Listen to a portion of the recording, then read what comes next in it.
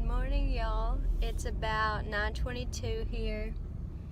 I got up about an hour ago and I'm headed to the gym now. I think I'm gonna do some upper body today. I woke up with a sore throat, which sucks because I've just got over being sick like 2 weeks ago and now I'm getting sick again. Hopefully it doesn't last as long as the last time though. I wanted to make a video to kind of explain my decision on, well, I decided last night that it would be best for myself and my husband financially right now if I did not do a bikini competition. Probably not this year. I definitely do want to do one eventually. It's been a goal of mine for a while now, probably like 4 years I wanted to do one. So I feel like I will do one eventually, I hope to. But I guess I never realized, like once I started looking into everything, it's so expensive. There's so many different things that go into it. You have to pay for the show, for the tan, for your bikini suit, which is not cheap. It's not like just some normal bikini you can buy at Target, even though those are cute. We should be allowed to compete in those. But you have to buy clear heels, you have to pay for a coach, all the food and the healthy food that goes into it every week, prepping meals. You have to buy an NPC card to be able to compete. So it's just a lot of things, and financially right now I just decided that it would be best if I just waited. I don't know if that looks like a year down the road or shorter, I don't really know. But so as of right now, I'm not going to compete in May like I was going to. I'm kind of sad about it, but I want to do what's best for me and Jonathan, so I can put my dreams on hold for a little while for, if it's gonna help my husband and I in the long run. So we'll see what happens. I also just wanted to share a little bit about myself. I know most of everyone who watches these videos is family and friends, but in case there is a stranger out there who doesn't know me, I was kind of raised on a farm out in the country. My dad raised Angus cattle, so that was fun. I always was out there with him doing stuff. We had like 20 cats. Don't worry, they were all outside. So I love animals. What else? I love the Lord. My husband and I serve at our church. I get kind of embarrassed in front of people, so I serve more on the coffee team, kind of behind the scenes. But I've gotten a little more comfortable. I love, helping anywhere they need help at church. See, something else about me. I am a medical laboratory scientist, and a lot of people, when they ask what I do and I say I work in a hospital, they're like, oh, you're a nurse. Well, no, and I could never be a nurse. It takes a very, very special person to be a nurse, and so I commend all my nurses out there because your job is very hard. But no, I work in the lab.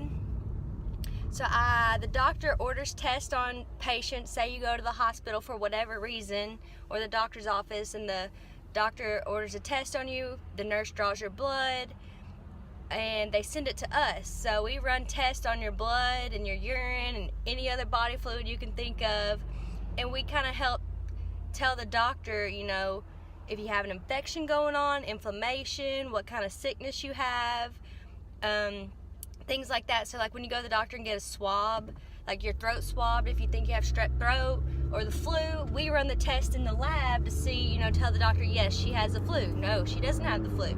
So I enjoy it. I love being behind the scenes and still being able to help people get better.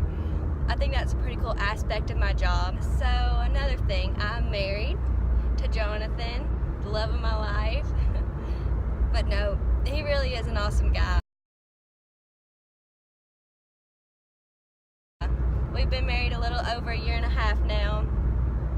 Some other interesting stuff about me. I played soccer through college, started when I was 4 years old.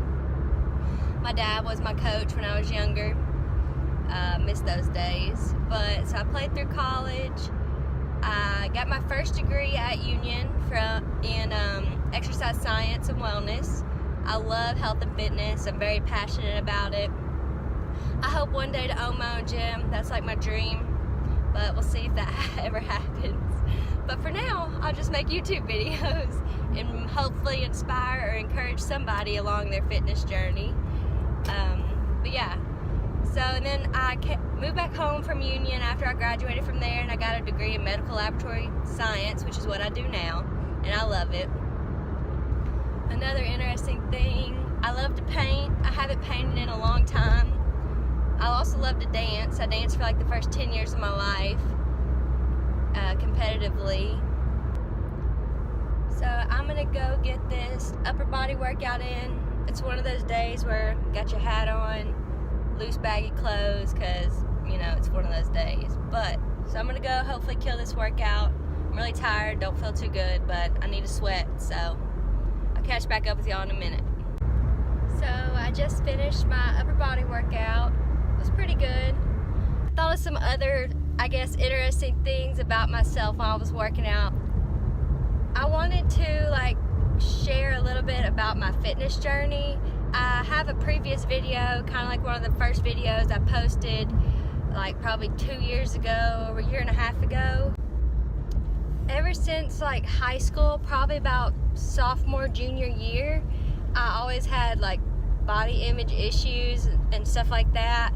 I started binge eating really bad, like when I was emotional, I had anxiety, or I was bored, I would just binge really bad.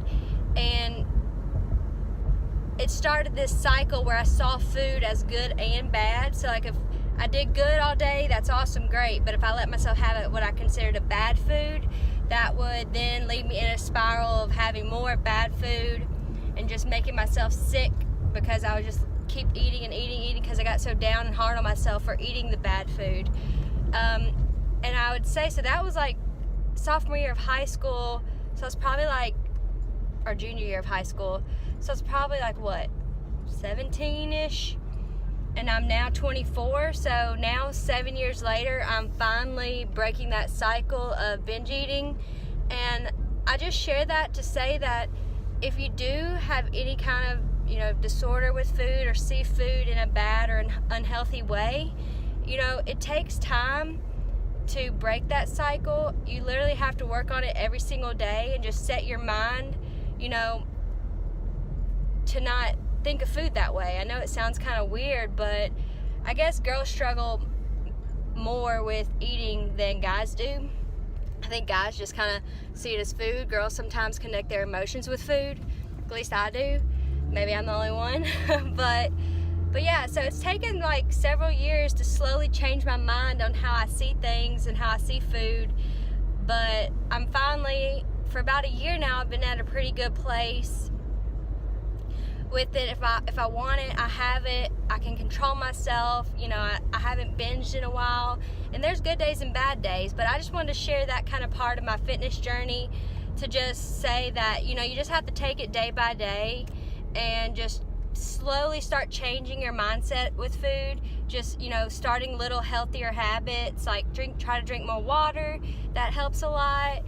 Trying to get a little bit of exercise. It helps your moves, releases your, not your moves, maybe it helps your moves, but it helps your moods. It helps mine, helps release endorphins, which will help, you know, your energy and your mood. I've always realized, like, if I don't work out for a few days, I start getting anxiety, so it helps me relieve stress. Just try to capture like every negative thought you have and try to say like 3 positive things.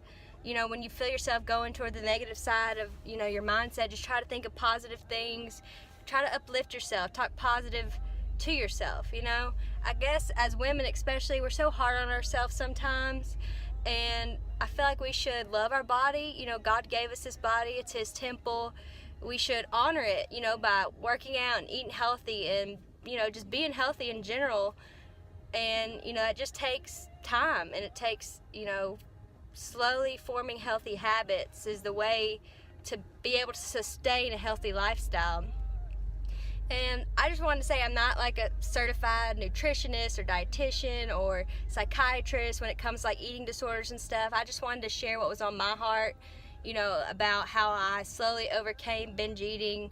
And if you have any more questions, or, you know, if you're struggling with the same thing, please reach out to me and maybe I can give you some tips or something like that that helped me personally. I mean, I'm not, like I said, not certified or anything, but I would love to help you, just share my story with you. You know, maybe it can help you some. But I just got home. I'm gonna go make some food and get ready for work. Thank y'all so much for watching, and please reach out to me. I'll leave my email address below if you want to talk about anything. Thank y'all for watching.